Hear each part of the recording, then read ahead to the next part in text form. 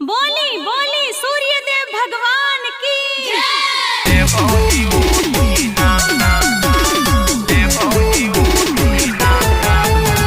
Music by Ambe recording studio Delhi.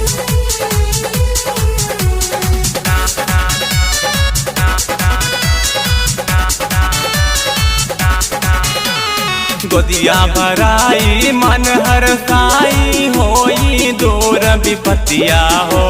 ये भौजी उठीना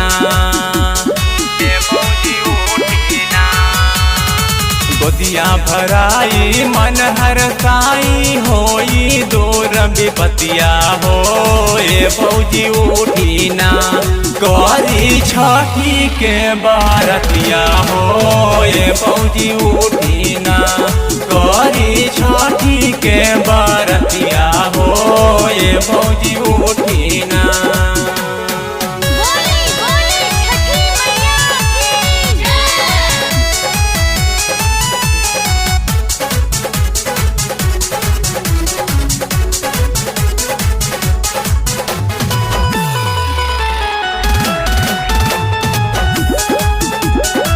गौरी छठी के बारतिया हो ये भौजी उठीना पेन्ही नया साड़ी भौजी करी तैयारी जुटल बाग छठी घाट भीड़ बड़ी भारी पेन्ही नया साड़ी भौजी करी तैयारी जुटल बाग छठी घाट भीड़ बड़ी भारी देखे अर्घ दोनों बेरा पूरा करी कसटिया हो ये भौजी उठीना गौरी छठी के बरतिया हो ये भौजी उठीना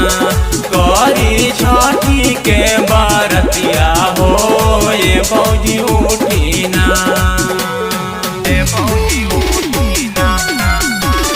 ये भौजी उठीना। प्रेम से बोली छठी मैया की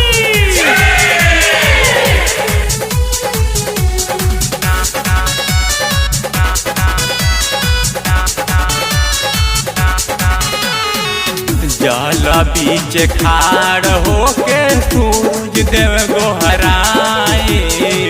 मुकेश कमलेश के भौजी सारा धा पुराई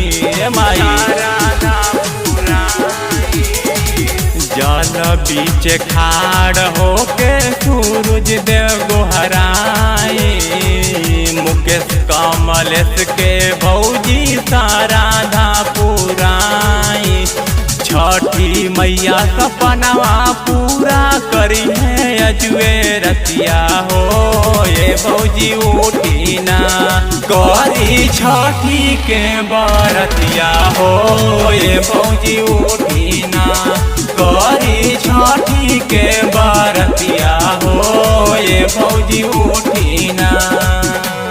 गोदिया भराई मन हर साई होई दूर विपतिया हो ये भौजी उठीना ये भौजी उठीना गोदिया भराई मन हर साई होई दूर विपतिया हो ये भौजी उठीना गौरी छठी के बारतिया हो ये भौजी उठीना गौरी छठी के बारतिया हो ये भौजी उठी